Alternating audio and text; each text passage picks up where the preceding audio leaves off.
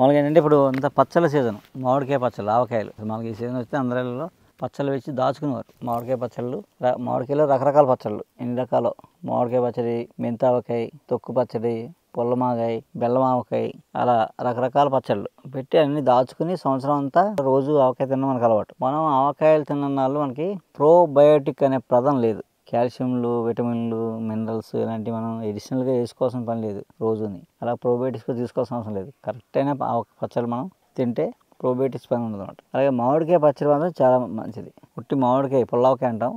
ఉట్టి మామిడికాయ పచ్చడి తింటే జీర్ణశక్తి పెరుగుద్ది, విటమిన్ సి పుష్కలంగా ఉంటుంది, జబ్బులు రాకుండా చేస్తుంది, ఇమ్యూనిటీ కూడా పెరుగుతుంది మామిడికాయ పచ్చడి. అంటే మామిడికాయ పచ్చడి అంటే ఇప్పుడు ప్యాకెట్లో మనం చెప్పలేం, కానీ మీరు సొంతంగా పెట్టుకుంటే ఏ కెమికల్స్ వేయకుండా, ప్రిజర్వేటివ్స్ వేయకుండా, పూర్వం మన పద్ధతి ఎలా పెట్టుకున్నాం, వేరుశనగ నూనె, నువ్వుల నూనె, మామిడికాయ ముక్కలు, కారం, ఆవపిండి, ఉప్పు, ఇవే పెట్టి కలిపి ఎండ పెట్టేసుకునే వాళ్ళం.